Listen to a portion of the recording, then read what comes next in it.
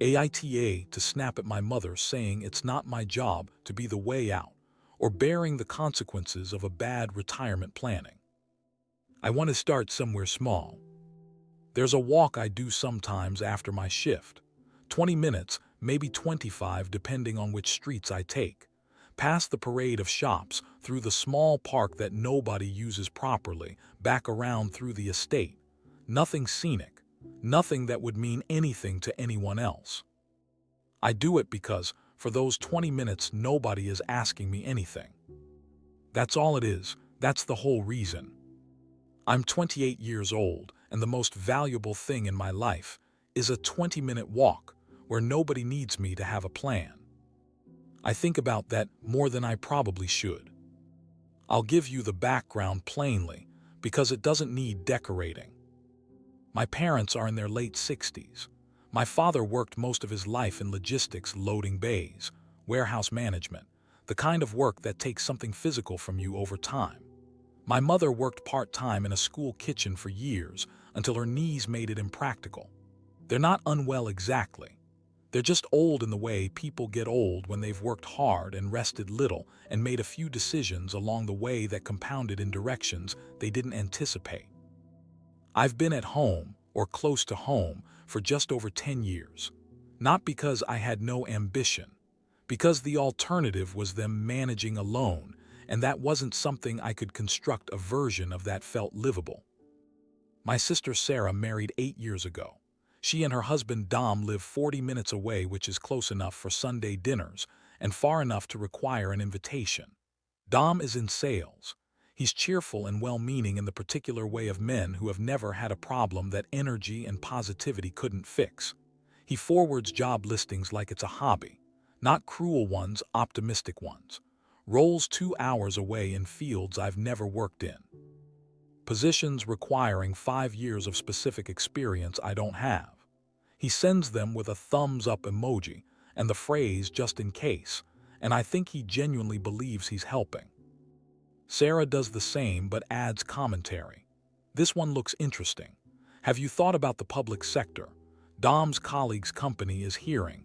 It's a bit vague but worth a look. She says these things with the warmth of someone who loves you and the blindness of someone who has never had to be this careful about a next step. I don't think either of them is malicious.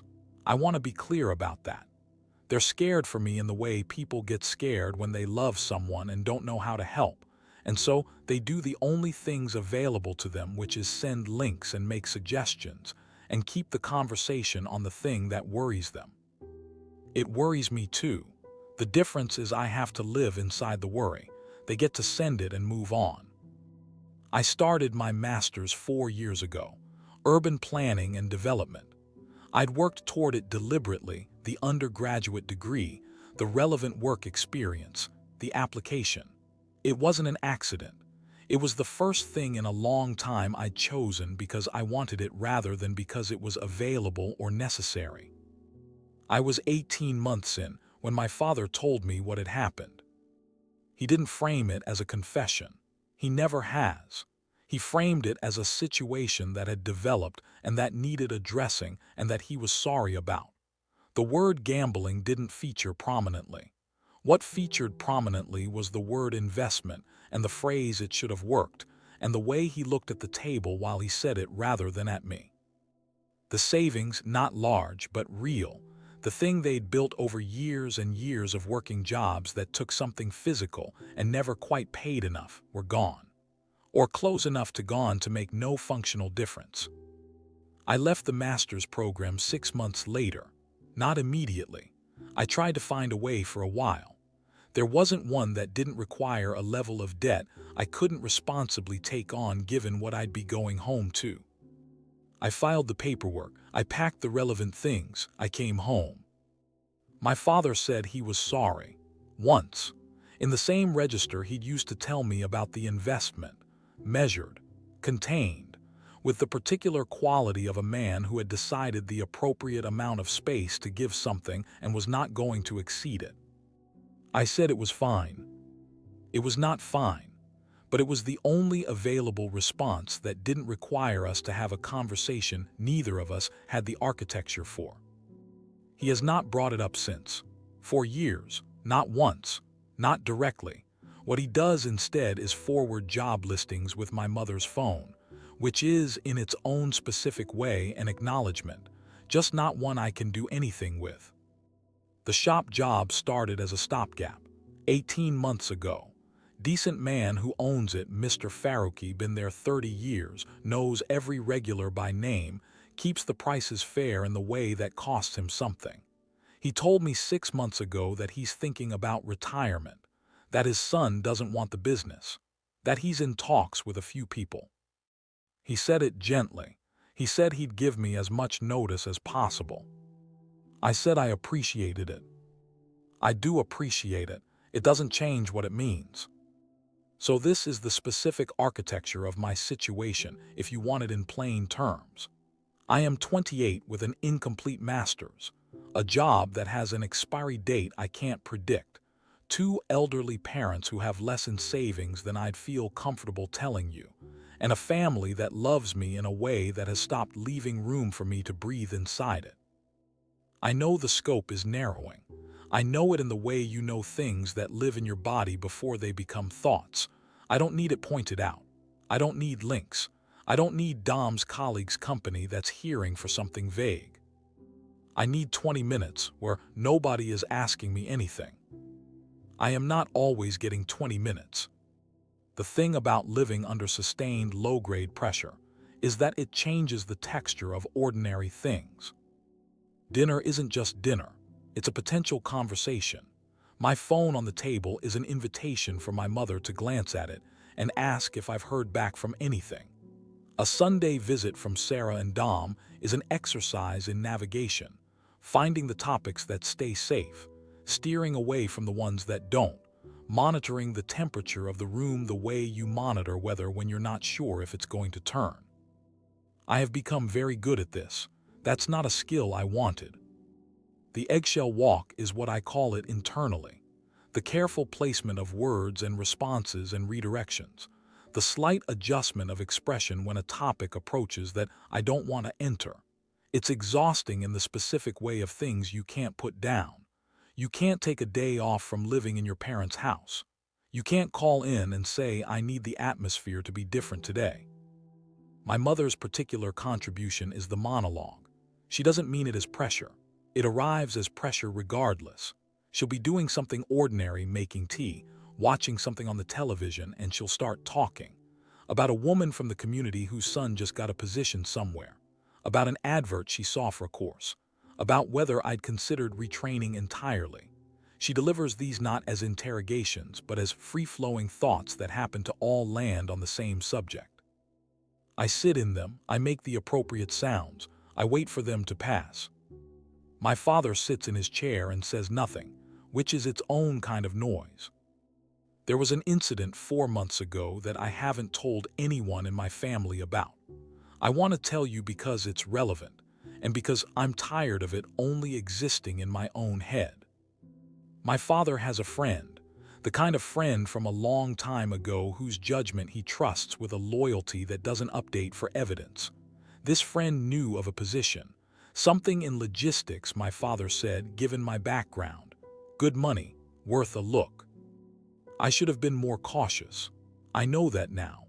But it was my father asking, and my father doesn't ask for things often, and I could see something in him that wanted to have helped me for once, and I didn't have the heart to examine it too carefully.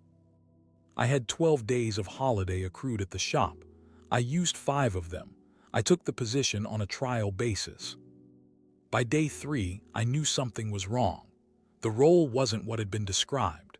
The company's structure didn't make clear sense. The people I was working with were pleasant but vague in ways that didn't resolve when I asked direct questions.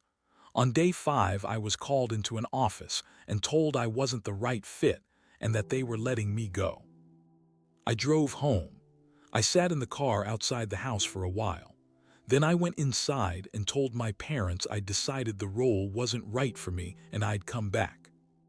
I went back to the shop the following Monday on my existing contract, as though the 5 days had been a holiday.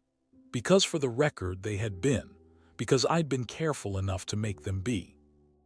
My father never asked what happened. I think he suspected something. I think the friend had said something to him because there was a period of about 2 weeks afterward where the job forwarding stopped and the dinner table was quieter than usual. Then it started again. I've thought about what would have happened if I hadn't used the holiday days. If I'd gone in on a clean resignation and come back unemployed with nothing to return to. I've thought about it more than is probably healthy. The margin was 5 days and 12 accrued holidays, and the particular habit I have of leaving myself a way back before I step off anything. Nobody knows how close that margin was, including my parents. The Tuesday it came to a head was not a special day. I'd had a full shift, one of those shifts where everything is fractionally harder than it needs to be, a delivery that came wrong, a difficult customer who wanted something resolving that wasn't mine to resolve, the low-grade fluorescent headache that builds across a long afternoon, the kind of day that leaves you wanting to get home, make something quiet to eat, and exist without input for an hour. I came through the door and stopped. Sarah's coat on the hook, Dom's shoes, voices from the front room. My first thought was something had happened. My second thought, arriving immediately after, was that something had happened to me. They were there for documentation. My mother needed something witnessed, a form for something administrative, and Sarah had said they'd pop in while they were nearby.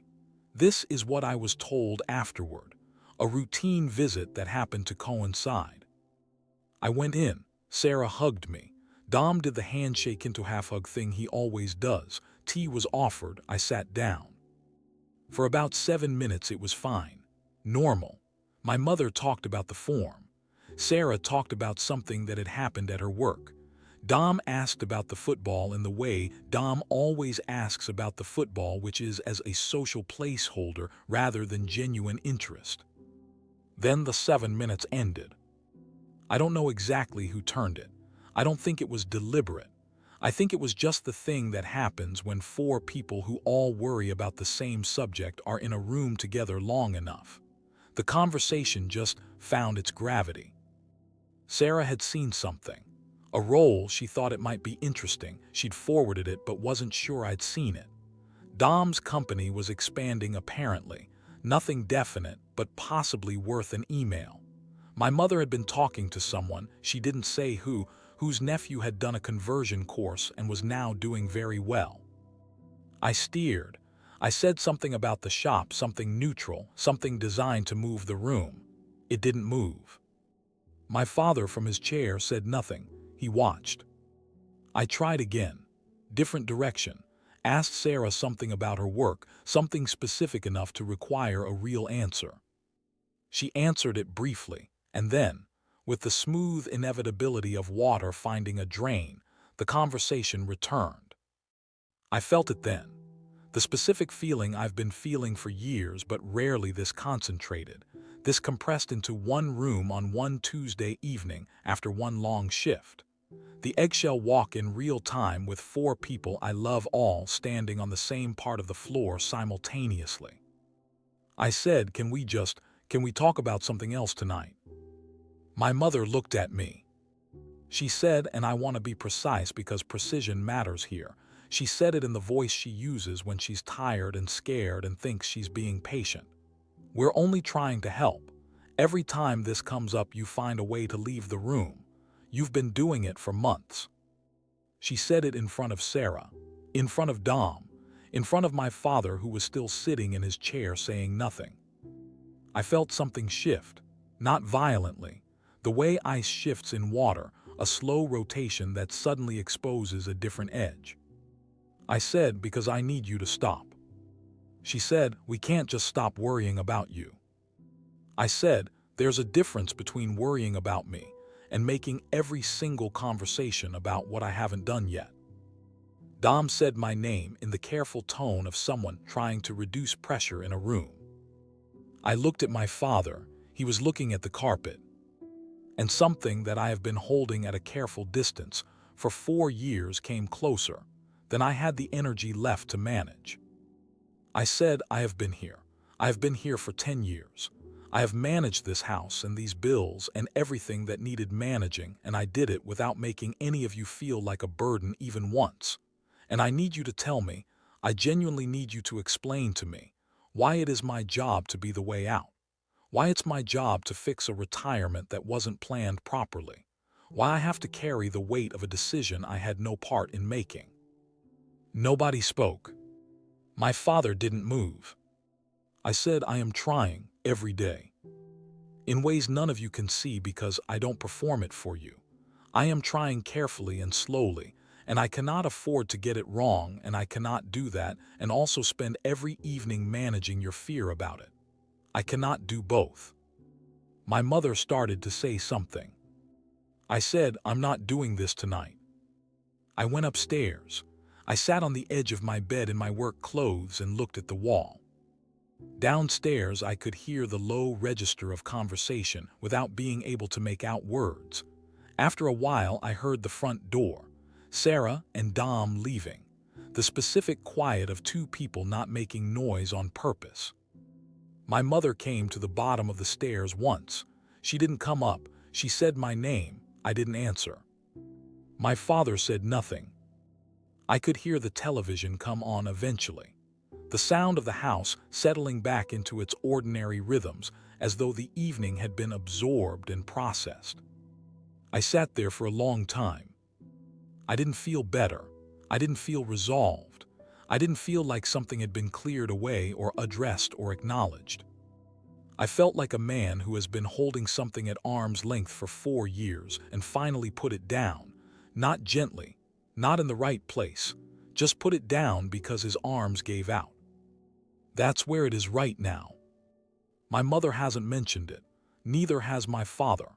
Sarah texted the next morning just checking in, are you okay? And I said yes, and she said okay, and that was it. Dom hasn't sent a job listing in 4 days. I don't know if that's progress or just weather. I still do the walk after my shift. 20 minutes, sometimes 25. Past the parade of shops, through the park, back around through the estate.